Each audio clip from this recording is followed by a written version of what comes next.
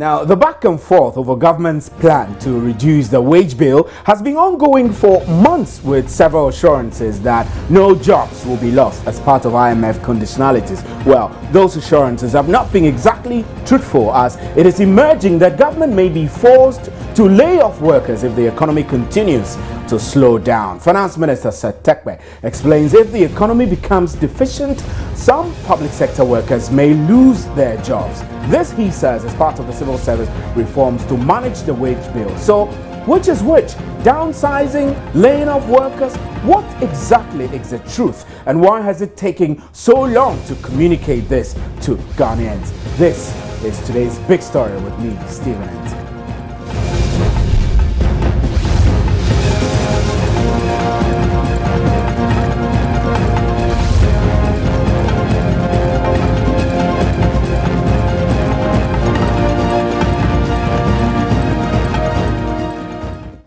Now, let me read two paragraphs from the executive summary of the request for a 3-year arrangement under the Extended Credit Facility staff report. And quote, the emergence of large fiscal and external imbalances in recent years, which led to a slowdown in growth, is putting Ghana's medium-term prospects at risk. The government's efforts to achieve fiscal consolidation since mid-2013 have been undermined by policy slippages, external shocks, and rising interest costs. Now, let's recap Seth Terkper's comment before we continue our discussion.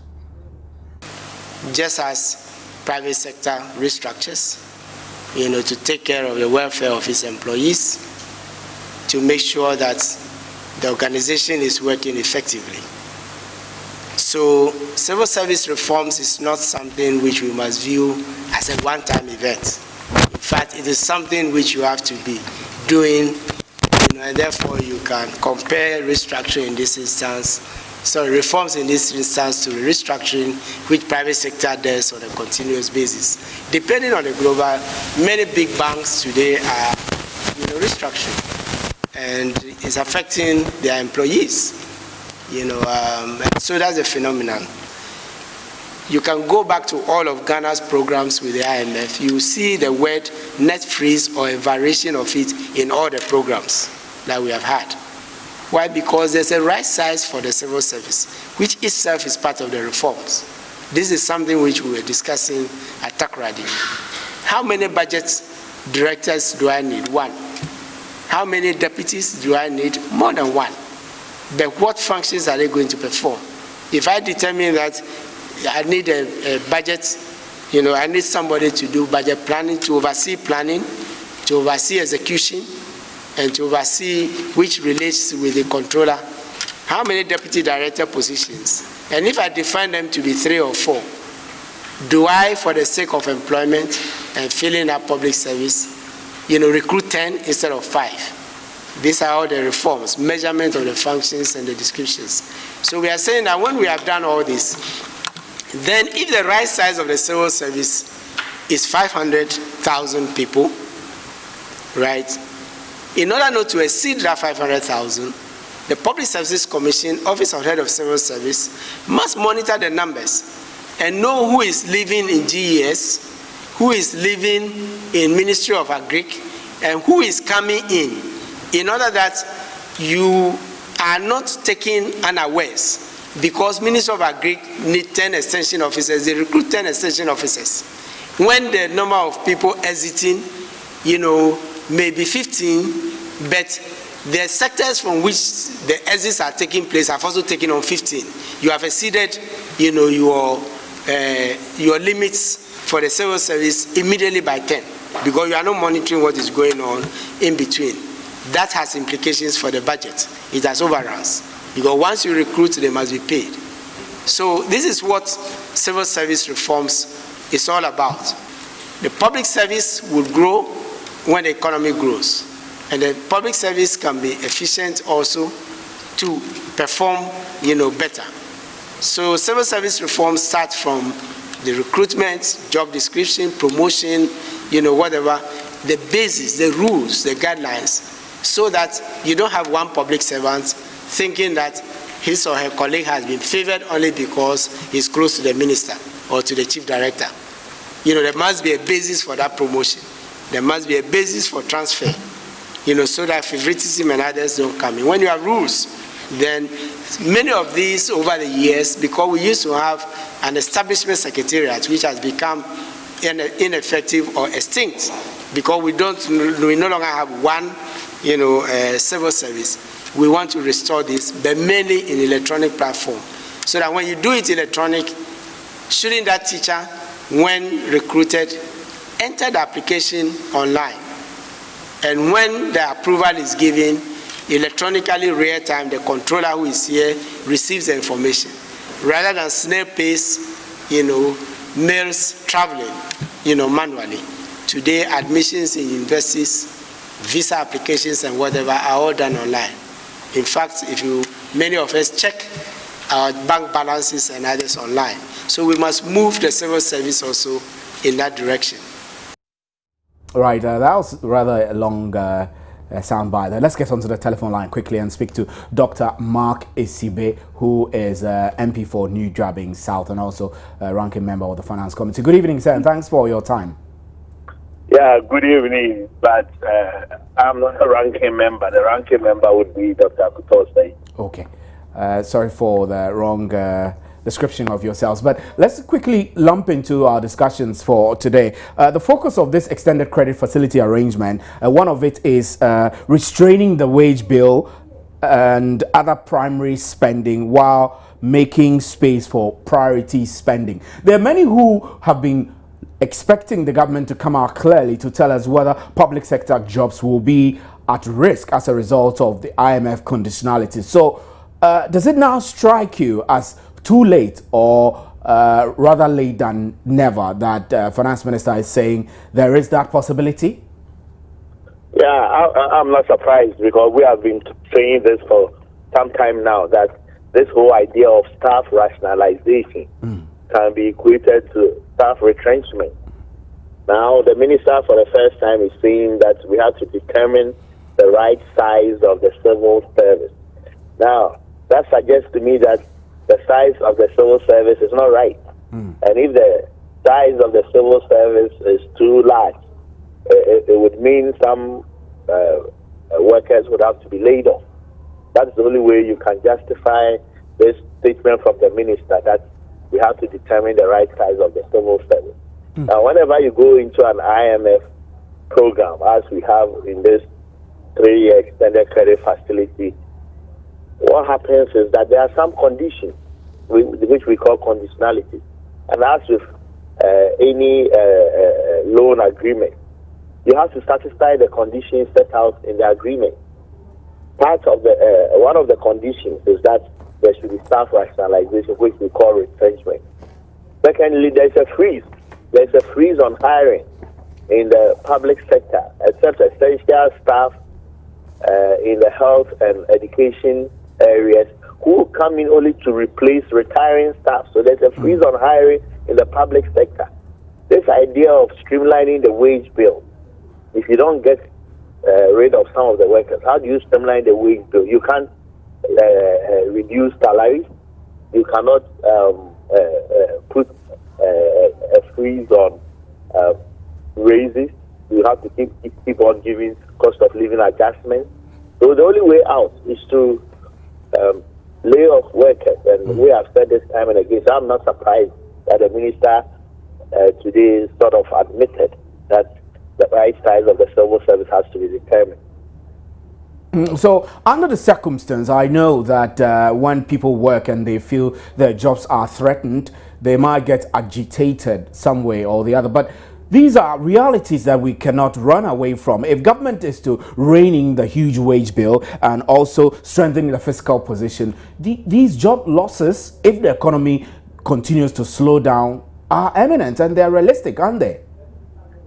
Now, you see, this is not the first time we are confronted with such a program. In the past, in the 80s, under the Structural Adjustment Program and PAMSCAD, Program of Action to Mitigate the Social Cost of Adjustment, under these two programs, that there was some retrenchment. But government has to be truthful to the Ghanaian people and tell them that this is what is in store for you. As it is now, this retrenchment, or if you like, this staff rationalization program, or this determination of the right size of the civil service has been deferred to 2017. So in essence, what the government is saying is that vote for me now, and then I'll lay you off in 2017. If it is such a fantastic program, if it's such a great program, why are we deferring it until 2017? Right, Dr. Asare, I think we'll leave it here. We know your schedule is very tight. So thanks very much for joining us on today's Big Story. We also have on the other telephone line Dr. John Gachi, who is an economist and a senior lecturer at the University of Cape Coast. Dr. Gachi, thanks again for joining us.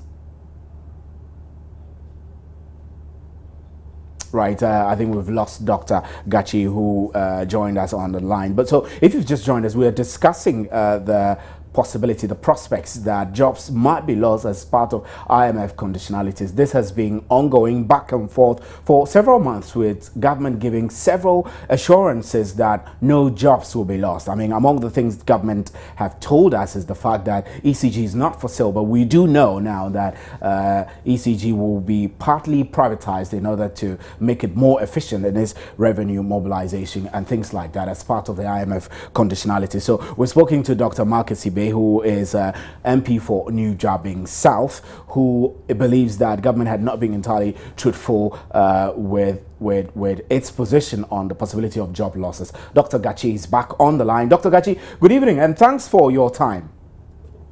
Thank you too. I remember yesterday when we spoke about the IEA's business confidence survey, you raised a very important issue that the recommendation for government to create more jobs was unrealistic considering our current economic situation. Does it now strike you as the true reality now that with Setekpa's statement that indeed if the economy continues to take its downturn, then we have no option than to lay off some public sector workers?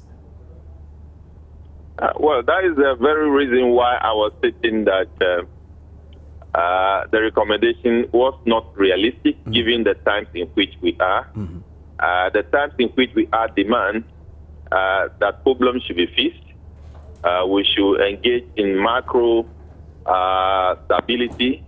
It is when this stability takes place that will provide the impetus for productive activities to take place to engage labor. And that is not what is happening now. So the reality is already there. We have seen the private sector responding to the unfavorable business environment by laying off some people. The difficulty has been that when it comes to the public sector, because of political expediency, because of the activities of organized labor, and then because of financial implication of laying off people, it becomes very difficult to respond quickly to some of these things. So I am not surprised that those things are said, but those things to be said, to be discussed in a manner that does not send panic reaction into the system. If the finance minister is minded that there is imminent layoffs, there are things that he should say very clearly. He should tell us the areas that those layoffs will take place. He should also tell us whether government is prepared to mobilize the resources needed to cater for those people who may be laid off. Those things have not come out quite clearly. So that is the problem I have with that particular statement. Yeah, Dr. Gachi, now we know that the focus of this extended credit facility arrangement that Ghana went into with the IMF and entails, one of the focuses, restraining the wage bill and other primary spending. Now, I'm concerned, is job loss, are job losses the only way of restraining the wage bill? No, I think a lot has been done to restrain or to moderate the wage bill. We have received reports which was actually confirmed by donor partners that the system put in place to reduce those names on the payroll have been significant. We have also been told that there are new approaches to engaging projects and programs enshrined in our budget, which need to receive the highest level of confirmation or authorization before they are engaged in. All these things have contributed to reduction in the wage bill, have contributed in government reduction, some marginal reduction in government expenditure. So I do not see layoff as the major approach to reducing the wage bill. But I believe what the finance minister is trying to say, that when you have economic difficulties beyond a certain level, that becomes a choice that you cannot run away with. But my point is that that choice becomes a very difficult choice because that choice goes with some obligation, financial obligation, which we do know is very difficult to come by. I do know that there are some state-owned entities which have not been operating very effectively because of lack of investment that will engage the people to produce or to actually be very productive. They have been earmarked long time that this number of people could be laid off in accordance with the labor law to get the needed financial compensation. But because government doesn't have such huge amount of money, those things have not been done. So I am wondering how government will be able to mobilize those resources to be able to engage any layoff activity in a manner that is convenient, in a manner that respects the dignity of people who have worked for some time. Right. Remember in 2004, when people were laid off as a result of some of these measures, it took a very long time for people to be paid. Some people died before their money were ready. This is very fresh in the minds of people. So if this becomes an option, this must be packaged in a manner that shows some dignity, some respect to people who have worked for the nation. Right, Dr. Gachi, I'll have you hold briefly. I'm joined on the other telephone line by Dr. Theophilus Richardson, who is a development expert and policy analyst. Dr. Richardson, good evening. Good evening. Now, we do know that as part of the conditionalities, government is expected to mobilize more revenue, strengthening its fiscal position by raising more revenue, which now we're told that it does include reining in the wage bill, which has the possibility of affecting jobs. People could lose their jobs. What do you see as the likely effect of this, short term and long term? Good evening to your cherished audience. I don't know where to start this discussion from, but we have to start from a proper diagnosis of the economy. And I think this is not all about telling stories. But you think that has not been done already? That the managers of the economy have not effectively diagnosed the problem of the economy already? I strongly believe that we have not had a proper diagnosis or accurate, and appropriate diagnosis of the economy or the problems of the economy. If the economy is buffeted by any shocks, there's a need to stabilize. I mean, we have to stabilize the economy. The issue is not whether or not to stabilize, how we do it. And I think for a very long time, we've been doing this, wrongly. We have not gotten it correctly. Okay? So we must go to the basics.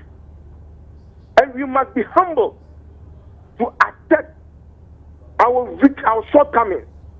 We must concede publicly that we don't have some of us do not have the capacity to deal with certain issues. Period.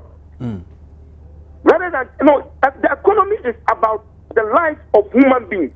The lives of human beings. The economy is not about trees and stones. I've been saying this all the time. And we don't chop data. We don't eat data, if I may put it that way. So, Dr. Richardson, would you say that we are in a period of recession? Of course, why not?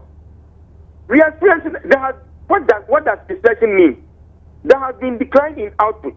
However measured, in fact, there are certain, indicators that we are used to undertake certain economic analysis that we don't have in Ghana. We rather have proxies for those indicators. And therefore, that makes the analysis of certain aspects or dimensions of the problems of the economy extremely difficult. But back to the question, the government has huge revenue shortfall, compared with its expenditure, and the government thinks that the way out is to cut expenditure. This is basically, IMF monetary approach to stabilization. And what that means is that the government must reduce the amount of resources in the economy. The government can only do that by reducing the level of economic activity. It does that by taking out of the economy the amount of resources. That is what we call disabsorption. If the government thinks that, the consequences is that it will affect adversely the level of economic output. I can imagine. Okay. I mean, if economic output is affected and growth is also slow as a result of the energy crisis, then I don't know where we will be standing. Growth rates have been revised downwards already. Okay? And that in turn, for example, if the government lays off workers, I think that the Gati raised a very important issue. Has the government the resources to pay off those workers we declare redundant? And it is about human beings, not only those workers, but they have families, they have children, they have wives, they have sisters. I can imagine. Okay? We have to be mindful of this. And the government does not have the resources. What it means is that we don't have, plus some other things that we must do, we don't have the capacity to adjust. The problem has to do with the fact that, to me, with the fact, among many others, that the government is spending too much. Dr. Richardson, we're running out of time now. We know that you have a lot to share with us. Now, let me make the final conclusion. My concluding remark. Sure. My concluding remark is that the measures being proposed by the minister, concerning the energy crisis and all those things, have to do basically with the fact that they want to sell or divest aspects of GCB, Electricity Corporation, ECB, Electricity Corporation of Ghana. And they want to sell a privatized electricity corporation to whom? It basically belongs to Ghanaians. Now, ultimately, if we don't handle things well, by July, the economy will crash, which means that government may not be able to pay salaries. We all don't want that. We all depend on government. And so, you must revise or take another hard look at the way we have been handling things. I think the expenditure is too much. Government has created some bodies, unaccountable institutions or bodies. We call them Congos, where politicians, where the government has packed its politicians and paying them for no work. Like NPA, National Petroleum Authority must be dissolved. Many others must be dissolved and their work integrated into the ministry and properly managed. So I think the whole approach has been wrong. It is about human life. Nobody can hide behind the veneer of democracy to do what he likes. Right. Dr. Richardson, I'm afraid that we have to continue with that discussion. Dr. John Gachi is still on the line. Dr. Gachi, you are a bit optimistic. I do know that many times that I've spoken to you, you are hopeful. We are hopeful, though. But do you feel that we are in a period of recession, like Dr. Richardson is saying? And then if we are, how do we get out of this? Is the IMF arrangement enough to help us jump off from the recession? Well, I do not think that we are in a time of recession. Slower growth does not mean, or it's not equated to recession. Recession basically takes place when growth is not taking place. When growth is... Hello? Yeah, I'm hearing you, Dr. Gachi. Yeah, when growth does not take place over at least one quarter getting to second quarter. Then you will say that we're in a recession. In a recession. But here we are recording growth. It's only that the growth momentum is low. You cannot refer that to a recession. What is happening basically, we are in a serious financial difficulty coupled with energy crisis that is actually enhancing the difficulty of the country. And that cannot be equated to a recession period. The IMF itself has said that Ghana's program, the program with the IMF, has risk. There are risks associated with it because of the possibility of partial implementation of the policies, and as the election is also drawing near, this is also a risk. And the fact that if the energy crisis is not resolved quickly, it also poses risk of full implementation of this program. What do you say to these, what appears to be negative assertions? I think that goes to me. Hello? So, yeah, I'm speaking to you, Dr. Kachi. We're trying to wrap up, so. Yeah, that is very true. In fact, whatever we do now, if the resolution of the energy problem is not speaking, it will be undermined because everything is based on growth. If you do not allow the energy problem to be solved, to allow for productive engagement to take place, that will contribute to growth, to anchor in your debt sustainability and allow the economy to become more vibrant with time. All these things we are doing will be undermined. Right, Dr. Gachi, we are grateful for your time on today's big story. This is where we draw the curtains. Before we go, Dr. Theophilus Richardson, you're still there. So I would like to give you 30 seconds for you to give us a closing remark, really. Right, I think we lost Dr. Richardson. So that's where we draw the curtains. My name is Stephen Enti, and thanks for staying with us. We will be discussing this in detail on PM Express at 9 p.m. with Nana and Sakko. We'll be up next. We'll be Joy News Interactive. Do stay.